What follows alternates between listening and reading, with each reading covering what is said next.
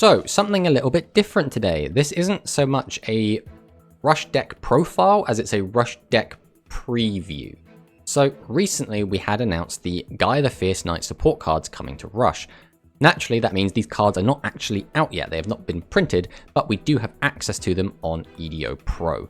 So we've been trying them out. We don't know if this is going to be 100% of the support they're going to receive, which is why this is kind of a preview. Again, we're going to have to do a lot more testing before we get things finalized, but this deck is unbelievably fun. I've had so much fun playing with this deck the last few days, and I just really wanted to make a video and talk about it.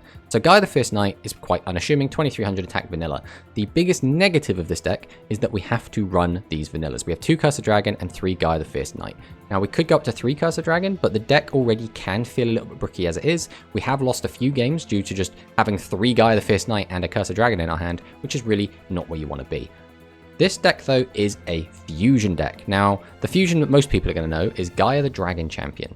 It's a bit boring. 2600 attack is not huge. It's also only level 7, which in Rush is pretty bad, because that means it does not gain the destruction and card effect prevention of being a level 9 or higher, and not having an effect, turns out, is not very good. But we do get a new fusion monster in Gaia the Battle Ruler. So made using the exact same materials, which is Gaia and Cursor Dragon. During the main phase, this card was special summoned. Shuffle 1 non-magical knight type monster from your graveyard into the deck. This turn, this card can attack directly, or it can destroy 1 spell or trap on your opponent's field. So a nice little multi-choice effect. Popping a spell trap can be very useful, but also attacking directly should not be underestimated. A lot of the times we have been able to win games entirely because of being able to attack directly. So fantastic card. So the new retrain of Gaia is Veteran Gaia the Fierce Knight. So you can tribute summon this card in attack position by tributing 1 face-up level 5 or higher monster. And obviously Cursor Dragon is going to be the main level 5 that we're going to be tributing. This card's name becomes Gaia the Fierce Knight this turn. Then you can fusion summon by shuffling this card from your field and 1 monster from your field or graveyard into the owner's deck as material. So most of the time what that means is we're going to be tribute summoning out our Veteran Gaia. Then we're going to be using its effect, shuffling Cursor Dragon and Veteran Gaia back into our deck, and then fusion summoning either Gaia the Fierce Knight or Gaia the Battle Ruler. Now, you might be asking, why would we summon regular Gaia? And there is a few reasons for this, one of which is our new trap. And this trap card is the card I read, and I said, this is why I want to play this deck. I think this trap card is incredible. So, when your opponent normal or special summons a monster, while you have a face-up level 7 monster with 2100 defense on your field. So that, first off, 2100 defense in this deck is going to be Gaia the Fierce Knight, Veteran Gaia the Fierce Knight, or either of our fusions. Change 1 face-up monster on your opponent's field to face-down defense position. Then, if you have Gaia the Dragon Champion face-up on your field, you can destroy 1 face-down card on your opponent's field. So we can either flip the monster they summon face down and pop it, or we can just destroy any of the other cards they have on the field, which is incredible. The main reason this card is so good is because it doesn't matter what your opponent summons. It can be a normal summon or a special summon, and it doesn't matter what level it is. It doesn't matter anything. The only thing this card isn't going to work on is going to be a maximum, because they cannot be in defense mode. But if your opponent tries to, let's say, 7's Wonder Fusion you and summon out 7 Gears, no. If your opponent tries to summon out Cyber Twin Dragon, no. We can just flip it face down, and if we have our Gaia the Dragon Champion, we can destroy it. But the other reason we'd want to summon Gaia the Dragon Champion is Monster Convocation. So we can send 1 card from our hand to the graveyard to draw 1 card, then special summon 1 non-effect monster with 2000 attack or 2100 defense from your graveyard face up to your field. So this is not a normal monster, Gaia the Dragon Champion, but it is a non-effect monster, which means we can bring it back using Monster Convocation, which is really, really good. Just being able to surprise your opponent by summoning out a 2600 attacker can be incredible. The other thing is, if your opponent hasn't got any monsters, or if it's turn 1 and we can't attack, or if your opponent hasn't got any back row that we need to deal with, there is no reason to just summon out Gaia the Battle Ruler, so we might as well summon Gaia the Dragon Champion anyway. Next up, one of the better cards in the deck, Veteran Cursor Dragon. So if you have no monsters on your field, you can special summon this card from your hand face up to your field. So it's a Cyber Dragon effect with 100 less attack. But we can send the top card of a deck to the graveyard. This card's name becomes Cursor Dragon this turn. Then you can fusion summon by shuffling this card from your field and 1 monster from your field or graveyard into the owner's deck as material. So again, if we can special summon this and we have Gaia in our graveyard, we can shuffle both back into our deck and then summon out either of our fusion monsters, which is really cool. But the other thing is that the main effect here is we just send the top card of a deck to the graveyard and then the name changes. So if we don't have either of our monsters in the graveyard, either our Cursor Dragon or our regular Gaia the Fierce Knight, we can use the effects to pray and hope that we luck into milling the correct card that we need in there and then perform a fusion summon. So it's always worth using these effects, and this is something that took me a little while to get over. When you look at the replays later, you'll see quite often I do forget that I should just be using these effects continuously before I just send them to the graveyard. So the next monster that we're going to talk about is Launcher Catapult Turtle. So if you have no attack position monsters on your field, you can special summon this card from your hand face up to your field. Send one face-up fusion monster from your field to the graveyard to destroy one spell trap your opponent controls. Then if you have Gaia the Dragon Champion in your graveyard, you can destroy one card on your opponent's field. We'll talk about a summoning condition first. So all you have to do is have no attack position monsters, which means we could special summon Veteran Curse of Dragon in defense mode, and then special summon Catapult Turtle into defense mode. Then use Veteran's effect to fusion summon into Gaia, then use Catapult Turtle's effect to send our Gaia the Dragon Champion to the grave, pop one of your opponent's back row, and then pop one of their monsters, which sometimes is the correct play. It doesn't come up super often, but sometimes it is really, really good, especially into things like maximum decks where you need a way to deal with the maximum monster. Also, this is a level 5 monster, which means we can tribute it for the entire tribute summon of Veteran Gaia the Fierce Knight, which does come up. We're only on the 1 at the moment. We did try this at 3, and we found that in the right matchups, this card was invaluable at 3. But a lot of the time, we would summon this in defense and leave it in defense mode for the entire game, and just nothing would happen with it. It was just kind of a dead card. So it's why we've cut it down to 1. I still think this card is decent and is good in certain matchups, which is why I think I will be siding 2 in the future. But I don't think this should be a main deck 3 card in a best of 3 format. Maybe if we're playing best of 1s, like over in Japan. But when we're mainly playing best of 3, I don't think this should be at 3 in the main. Next up, Mirage Dragon. This legend slot is a little bit of a flex. Basically, I wanted a level 4 or lower monster for sure, just because I think this deck is already going to be bricky occasionally, and we want to avoid that as much as possible, and having another normal summonable monster makes that really good. And being able to turn off battle traps is incredible because, again, Magic Cylinder is everywhere, and most other decks have some sort of combat trap, so it's always going to be a useful card. Next up, another new monster, Dragon Curse Magician. So 1100 attack, 1100 defense. If you have 3 or more spell cards in your graveyard, send this face-up card from your field to the graveyard, special summon a Gaia or level 5 Dragon-type normal monster from your hand or graveyard. This card's really cool because it lets us reuse our cards from the graveyard, like Curse of Dragon and Gaia the Fierce Knight, which is decent enough on its own. But also, if we're bricking on these cards, we can get them out of our hand, which can be really, really important. The caveat is we do have to have 3 or more spell cards in our graveyard, but we're playing a lot of spell cards to make up for this anyway, and because, again, this deck can brick quite harshly, we are playing a lot of these draw discard spells to try and help unbrick our hand as much as possible, which means more spell cards. Next up, Legend Magician. So it is very important that we get our normal monsters into our graveyard a lot, and Legend Magician really helps us with that. It also tries to prevent us from milling a lot of important cards, because if we use something like Nimble Lemming, we don't really get to choose what we're going to hit. We just kind of get 3 random things, and that could be good for us or it could be bad for us. Legend Magician gives us a little bit more control over that and gives us the option to play Legend Strike if we want to, but we're not playing at the moment because we have just a few too many spells that are considered kind of mandatory. But again, we still need to do more testing.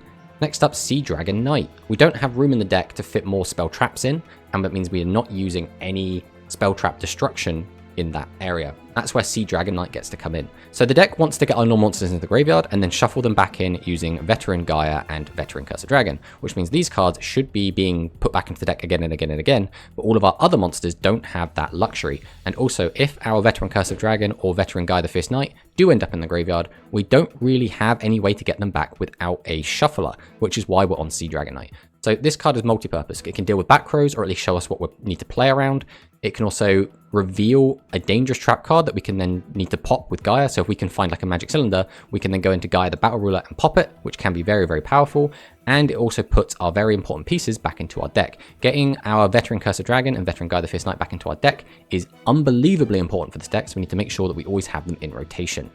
Next up, this is a new inclusion. We're on Galactica Jamais Vu. We've been trying out a lot of different things. We were trying out multiple copies of Catapult Launcher Turtle, we were trying out Mad Rare Aquila, and we've been trying out Phoenix Dragon. But Aquila is always going to be fine. I don't think this card is bad, but I don't think we need the extra bit of aggro in here, especially since The main games we're losing because we don't have enough attack points to deal with threats, so I don't think Aquila really sorts out that problem. And then Phoenix Dragon is potentially good if we keep getting our veteran Cursor Dragons in the graveyard, but a lot of the time we would find that they either weren't in our graveyard or we could just shuffle them back in, and therefore Phoenix Dragon wasn't really doing much for us in a lot of the games where we tested it out. So we've gone for Galactica Jamais Vu. We have a ton of spell cards in this deck. Being able to recycle them is very important, and we can never have too many of our draw spells because we are constantly going to be reshuffling veteran Gaia and regular Gaia back into the deck again and again and again and again, as long as we keep fusion summoning, which means we should always have something to discard for these cards. So Galactica Jamais Vu seems like a really good pick. Next up, Ship of Seven Treasures. Obviously, we are on a ton of level 7s. The primary target for this is going to be Gaia, but occasionally we will want to discard veteran Gaia as well if we can't get a Curse of Dragon into the graveyard. We also have Monster Convocation. Again, Gaia is going to be our main target, but as long as we discard any monster, we draw a card, which replaces the card we discarded, and then as long as we have one of these normal monsters in our graveyard, we can special summon it, and that replaces this, which means we break even on advantage, which is, again, really, really good. You never want to be going minus a ton, because even though in Rush you always refill your hand, if you're still minusing yourself just by a ton and not gaining anything for that, you're still kind of pushing the number of cards you have access to next turn down. Obviously, in an ideal world, you'll have 3 back row, 3 monsters, and 5 cards in hand, and then you'll be able to have the most options available to you at all times. But this card, I still think, is really, really powerful, especially because you can use it to bring back Gaia the Dragon Champion. Next up, Graceful Charity. So again, this slot could easily be Dark Hole, but Graceful Charity, again, helps us unbrick the deck. We need to be filling up our graveyard with these normal monsters. We need to make sure the normal monsters aren't clogging our hand. We need to make sure that we actually have playable hands, and Graceful Charity helps us out there quite a lot. Next up, we have Secret Order. So this card is a bit weird. I've considered cutting this card a couple of times, but so many games I've played, I've won or been able to break a board because Secret Order Gaia the Fierce Knight is really, really powerful. Being able to summon it out as a 3000 attacker might not seem like much, but we can get up to 3500 attack using our next card, Dark Battlegrounds. This is a field spell, and while this card is face up in the field zone, face up monsters on the field with 2100 original defense gain 500 attack, and if Gaia the Fierce Knight or Gaia the Dragon Champion attack a defense position monster, they inflict piercing, which means we can summon out a 3500 attack monster that cannot be destroyed by traps and has piercing, which is really, really good. Basically, I would really... It feels like Secret Order should be a brick a lot of the time, and I'm not gonna lie, sometimes this card does feel like a bit of a brick, but you can quite happily just set it, wait a few turns, flip it up, get the Gaia out, break your opponent's board, and then be able to either push for game or just clean up a messy game state that you really can't deal with. As for this field spell, we were running it at 2, and we bricked on it a little bit, but I really feel like the deck almost needs this. So we talk about the game plan real quick. The basic strategy of this deck is going to be, you know, attack, summon big guys, probably mainly 2600 and 2300s, try and attack over your opponent, try and get to them. But if your opponent starts walling up, how are we going to get at their life points? We don't have any multi-attack, and we don't have any monster popping in this deck, which means piercing is the only other thing we can rely on. And that's where Dark Battlegrounds comes in, because making our Gaia the Fierce Knight and our Gaia the Dragon Champion piercing is really good. And also, having them be 2800 attack and 3100 attack respectively is actually decent stat lines. It's quite difficult a lot of the time for decks to end on boards that have massive attack monsters like these that can beat over them outside of like maximums. Obviously there are going to be some fusion decks that can manage that, but a lot of the time it's not going to be easy for them. Now, again, the problem is we are running so many spells, it's already so tight for space here. So I might consider taking this back up to 2. I'm going to have to again continue testing with it, but I think the piercing and the attack boost is almost necessary to allow this deck to compete with a lot of other decks, even though again it makes it a little bit more bricky. Next up, Intercepting Gaia. I think this is probably one of the best trap cards in the game. Obviously the major weakness of this is that it only works while we have a Gaia, a Gaia, or a Gaia, or a Gaia. So we need a Gaia on the field in order for this trap to work, but when it is working, it is fantastic. Next up, Dragonline Pit Trap. So again, this can be used on normal or special summons. Only works on 8 or lower, which kind of sucks, and we do have to give up a monster, but we are playing Launch a Catapult Turtle, we are playing Veteran Cursor Dragon, and we are playing Cursor Dragon, as well as all of our Gaias and our fusion monsters, so we should have plenty of cards that we can send to graveyard to use the effects, and this is where our guys being level 7s actually does benefit us, because if our opponent's using level 8 or 9 monsters, although this card can only be activated when your opponent summons a level 8 or lower, it can still destroy monsters that are higher level. So if all of our monsters are 7 and our opponent's summoning 8s and 9s, we can use Dragonline to pop their cards and our guys get to skirt by unscathed. And then finally, Magic Cylinder, again, fantastic trap card. it's amazing, it steals games, it's the best trap card in the game. There's not really much more to say than that. So we haven't really been looking at the side deck too much. We've just kind of been playing, trying to get the main deck as best we can. And so far, I think this is the best version of the deck we've come up with. Again, I think these Galactica Jamais Vus, maybe 1 or 2 of them could be taken out and swapped for something else. And I would like to fit another field spell in, the Dark Battlegrounds.